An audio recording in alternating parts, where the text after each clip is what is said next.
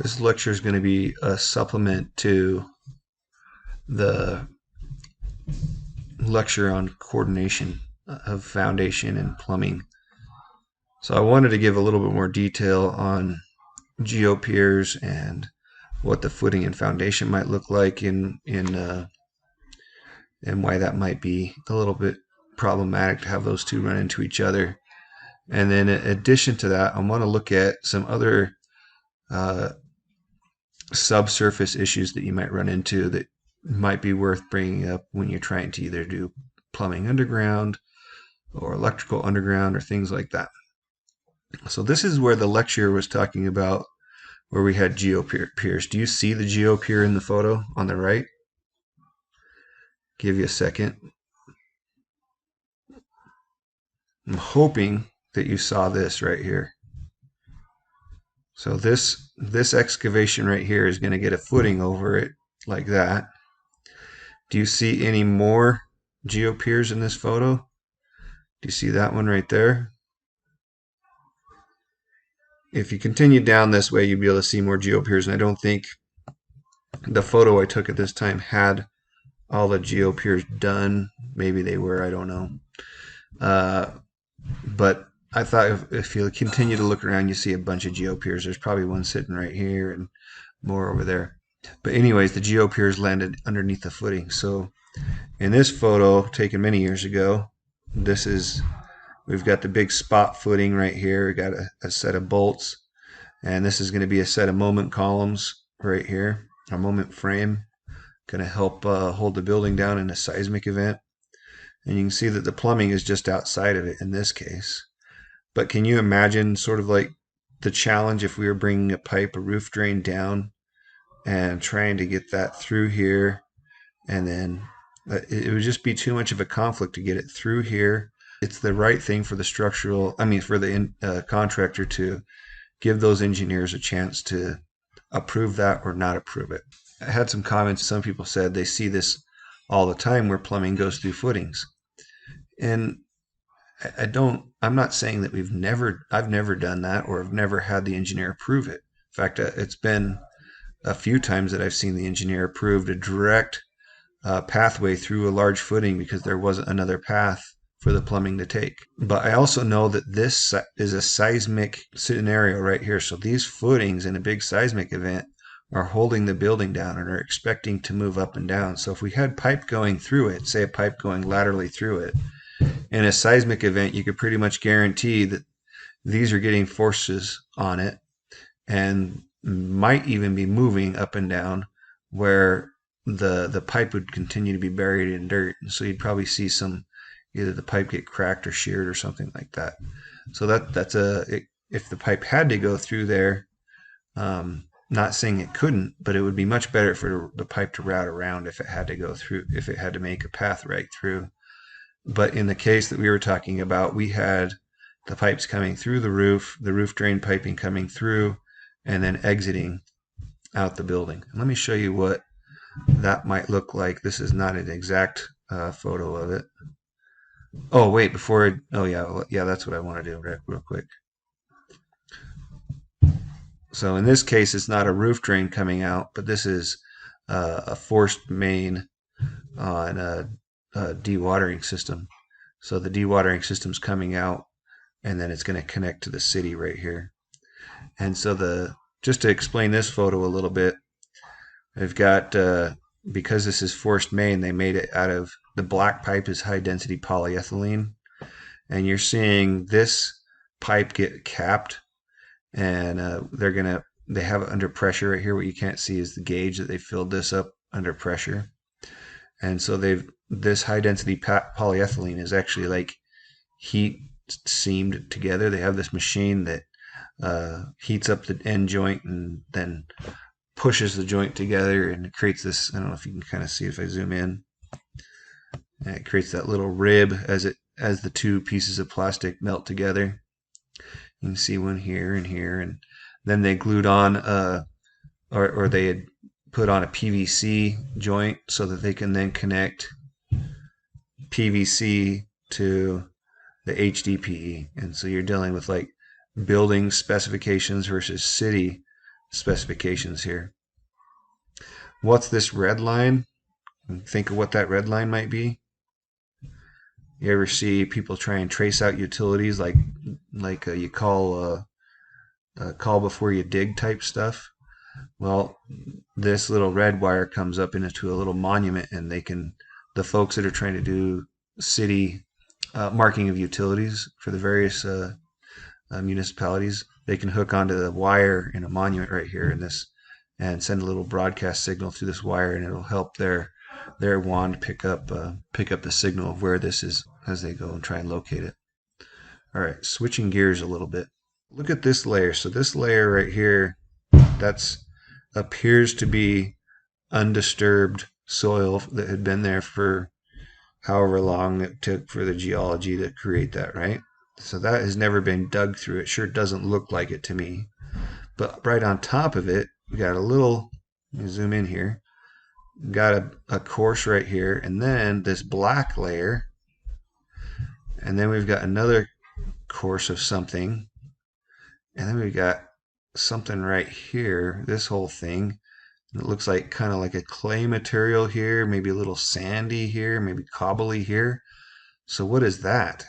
Let me describe what's going on here. The site that we're digging in is quite old, and so we're seeing undisturbed material that had never been dug in, and that was at one point in time a base course for an asphalt parking lot or a road or something. So you're seeing asphalt right here that was never dug up and never removed or demolished. Excuse me, I'll use the whole word.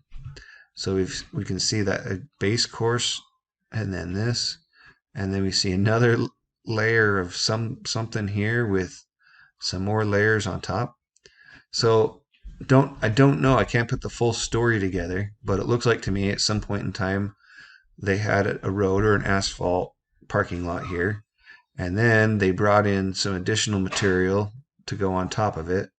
And this orange stuff, it kind of looks like base course to me, but maybe a little bit different. So my question mark is I don't know what this material is, but I can almost guarantee from here on up, that's just import from another site that they brought in additional material, or maybe it was moved material from one side of the job site to the other at the time, whenever this was a job site.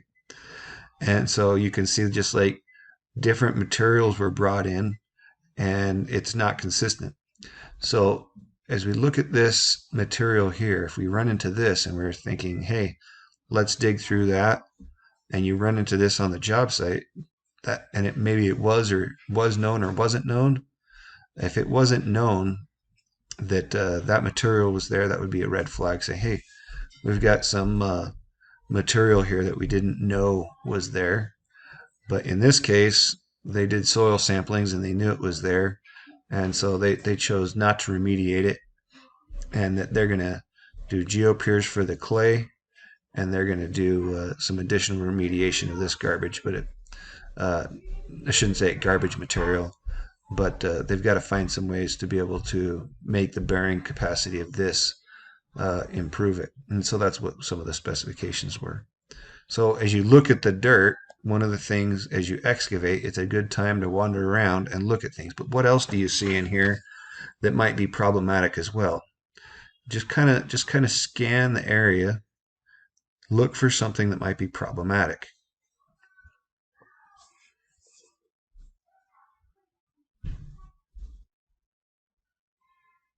I'm hoping your eyes came over to here. What do you see there? An old pipe that has been crushed and it's starting to fall in. Now think of the structure. If you're trying to do, if you see that kind of stuff right here, maybe it's known about, maybe it's not. A lot of time it's not. If you're dealing with an old piece of property or something, these types of utilities. One, if it was like a clean pipe and broken, that would be a bad day. Maybe it was supposed to be there and it was damaged. That would be a bad thing. But in this case, this is a very old pipe. No one knows it's there. And then we need to either decide, hey, this needs to be removed and then recompacted with some material, or maybe not. But look at how, like, as you look at this pipe right here that's been crushed, do you kind of see how you have the native material right here coming around and some of the native black material here, but you can almost kind of see like the width of the excavator when they put in this pipe, and then you can see this little line coming up like that, and it kind of, I don't know exactly where it is, hard to follow exactly on this side, but you can see their backfill efforts right here, the original backfill efforts. So this might be problematic as well, depending on what's over the top of it and whether the engineers feel like that's a big deal or not. But I would be looking for that kind of stuff, especially if I was planning a route for electrical through here. I want to go find that kind of stuff, or underground plumbing or whatever it might be. Need to be aware of that kind of stuff. What do you see here? This material was just a noodle scratcher when we came into it, for me anyways. What is in this is definitely not a native material, meaning like it's never been disturbed. This is not what nature makes. Nature doesn't put pieces of cinder block in it, and bits of brick. There's brick and cinder block. What do you see right here? Chunks of asphalt. Um, I mean, some rock, some gravel, some black dirt over here, lighter brown dirt over here. What is this whole thing right here? In my opinion, this is like buried import dirt. This is like the worst stuff to try and build on. You couldn't really tell what is in here and what it will support, and to try and predict that if you're building anything significant, I wouldn't. I would dig all this stuff out. But what I'm trying to get to is pay attention to the dirt and look for the signs. It's just not dirt. There's stuff in the dirt, or it's imported, or kind of reading the history behind the material as we dig through it to try and see if it's going to be problematic or not. All right, let's go to this one. All right, I want you to study this. So what do we see here? Well, this is a clean out. This one right here is the clean out line maybe this one's the clean out. I can't remember. I think this one's the clean out. And this one is the sewer line that is just stubbed up for now, but it eventually needs to get cut and get routed around. But with the direction I just gave you, you're digging for utilities and you're trying to read and interpret what's going on as you have an excavation that's exposed. What do you see? What do you see through here? Well, we've got a really tan color here, a really dark color here. So what could that mean? If the dark color is the original material, this tan color right here means that there was a previous excavation and a backfill right here. What does the sand right there that's like, it's not even able to hold the bank, so we know it's sandy material. In the lecture we talked a little, in the future lectures we'll talk about this a little more maybe, that sand is a backfill material called pipe bedding, so that when they put down a pipe and they want it to grade at a certain pitch, right? They want the pipe to convey the material. They want it to slope. They'll use sand underneath that pipe, and now we see sand right here. So that indicates there is a pipe nearby. What do we see from this tan material going like all through here?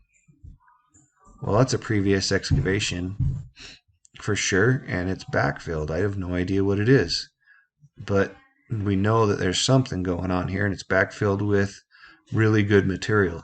So my guess is that it's probably fairly recent. Something got backfilled right here, and we know that there's a pipe right here. Maybe this is the backfill over the pipe. Don't know for sure, but that would be my guess. So I would be thinking, all right, there's a pipe nearby, some good backfill. The pipe is embedded sand. The backfill looks like it's good supporting material. It's probably pretty recent. There's probably a utility going this way underneath this that we just dug next to. What else do you see? Well, if we continue on the dirt, you can see this line right here. And you can see all this material right there.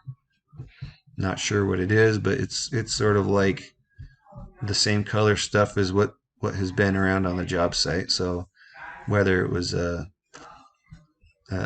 don't know for sure, but definitely not native because there's stuff below it that's not native. So this could have been import from another part of the site. It could have been. That's what it looks like to me, anyways. I keep zooming in. Do you see it yet? Do you have your eyes on it yet? Do you see it?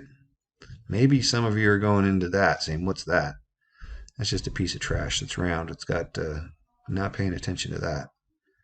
What I'm hoping you see is this. What is that? What is that thing? Well, let's go show you. Go to this guy right here. Shoring, and you can look at shoring as basically an underground fence.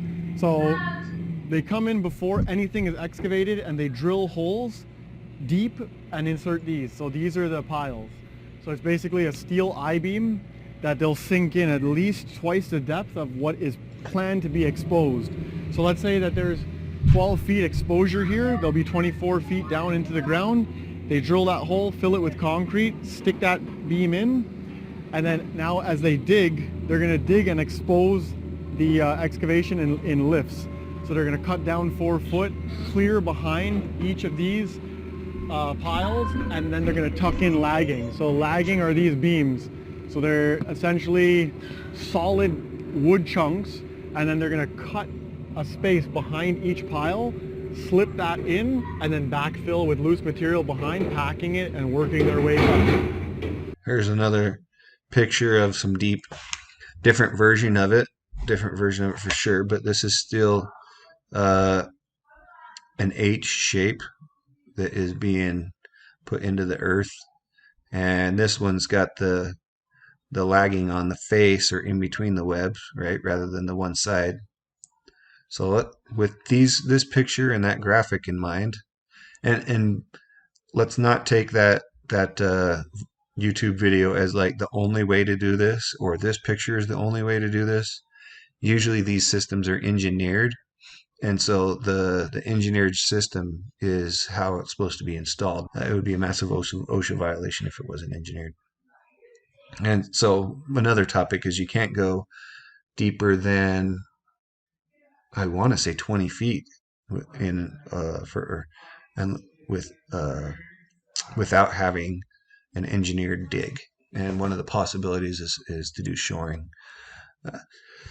In this photo, check out some of that. Don't know exactly what it is, but not an expert in all things underground, but sure, some more stuff to pay attention to. Probably going to be underneath footings. My assumption is it's some sort of helical pier in concrete. I'm not so sure. Maybe it's a caisson. I don't know. So let's go back to the photo. We're digging through, and we see this. Do you see the H column there? And it's straight up and down, going down into the dirt. What would that indicate? If we have a bunch more utilities to work on through this area, what might be going this way? Prior shoring that was done. So all kinds of things that you can get into when you start digging in areas that have already been dug before, hitting other utilities. You could be, we didn't really talk about that, but definitely a big deal is to call and get your utilities marked, and then continue to have it refreshed and keep that dig permit, the excavation permit, active while you have excavation going on. But then looking for things like this, right? Looking for the anomalies and what might be there. And then if we've got some bad material, we need to let the engineers know. So hopefully you enjoyed this little aside and little tangent on paying attention to what was in the dirt. We'll talk at you at the next one.